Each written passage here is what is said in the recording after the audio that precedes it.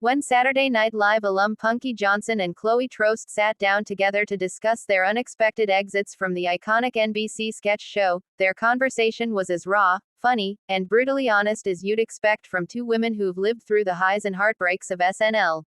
Both comedians recently revealed that being fired from the long-running late-night institution was less like a polite goodbye and more like being tossed overboard without warning, and without a life jacket. Their words have since struck a chord across the comedy world, shedding light on how even the brightest stars on SNL can find themselves suddenly out in the cold, and how the legendary show's sink-or-swim culture continues to challenge its cast in profound ways. The reality of the SNL grind. Johnson, who joined SNL in 2020, made history as one of the few openly gay black women to appear on the show. She quickly became a fan favorite for her bold humor, dynamic delivery, and infectious energy in sketches like Weekend Update and Hollywood Dish. Chloe Troast, on the other hand, was part of the newer wave, one of the fresh faces brought in during season 49.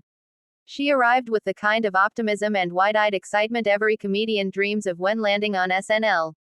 But behind the laughs, both women say, lies a relentless pressure cooker environment that can be as unforgiving as it is exhilarating. In a recent podcast appearance, Johnson recalled the moment she realized she wouldn't be returning. "They don't give you no life jacket," she said bluntly. "You just get that call, hey, we're not bringing you back this season, and then boom. You're just out there. No warning, no explanation, just gone." Troast nodded in agreement, sharing that even though she was relatively new, she could sense the instability from day one. "You walk into 30 Rock every day knowing it could be your last week," she explained. "And even when you give it your all, when you're writing, performing, pitching, it doesn't mean you'll survive the cut." A show built on pressure and prestige. The culture of SNL has long been known for its intensity. Created by Lorne Michaels nearly 5 decades ago, the show has launched the careers of comedy legends, from Eddie Murphy and Tina Fey to Will Ferrell and Kate McKinnon. But for every success story, there are just as many performers who quietly fade from the lineup, casualties of a system built on constant reinvention. Punkie Johnson compared the experience to trying to dance on a moving train. "You're surrounded by some of the funniest people in the world," she said. "And you're trying to prove you deserve to be there, that you're not just a diversity hire or a lucky break. But it's a machine. If you're not in sync with the rhythm, you get left behind." For Johnson, her time on SNL was a mix of surreal highs and private struggles. She admitted she often felt like she was fighting to find her voice, in a system that didn't always know what to do with her unique comedic sensibility.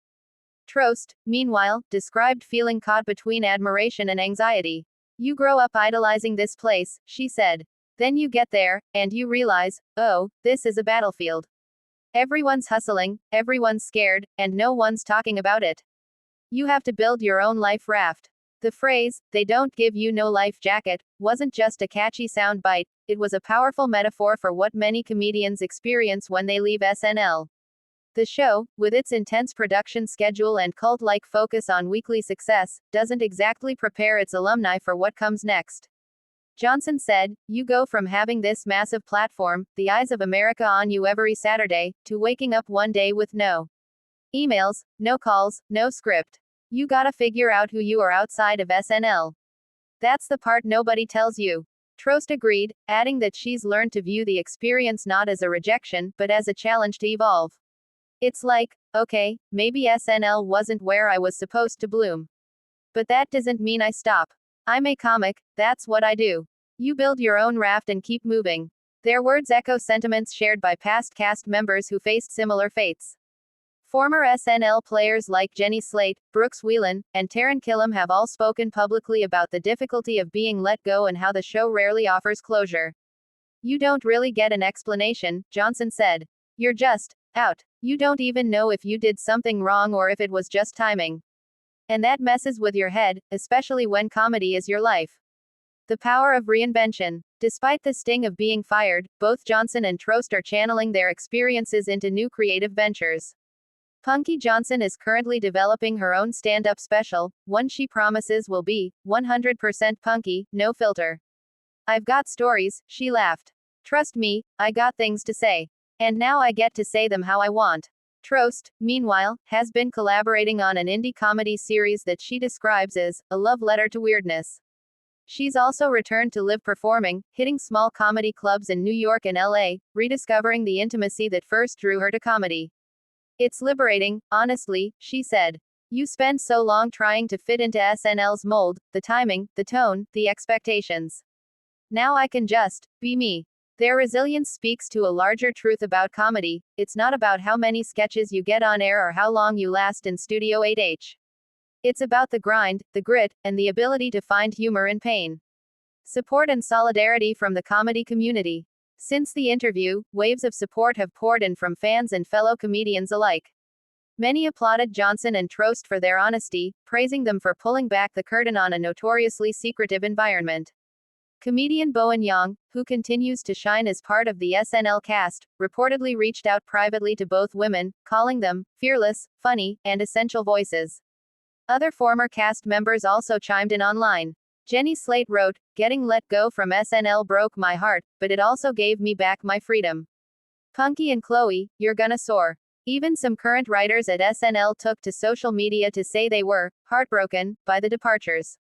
One anonymous insider told Vulture, "Lorne's decisions are business, not personal, but that doesn't make it hurt less. Everyone knows Punkie brought life to the stage, and Chloe was just getting started." The emotional toll of sudden goodbyes. For Johnson, the hardest part wasn't losing the paycheck, it was losing the community. "You bond with these people through chaos," she said. "The all-nighters, the rewrites, the sketches that die at the table. That's your family for a while. And then it's over, and you're like, do I even belong anywhere now?" Troast nodded. "It's like going through a breakup with someone who never told you what went wrong," she said. "You replay every sketch, every audition, every weekend, wondering if there was something you could have done different. But," she added with a smile, "then you realize, no. This is the gig. It's brutal, but it's show business.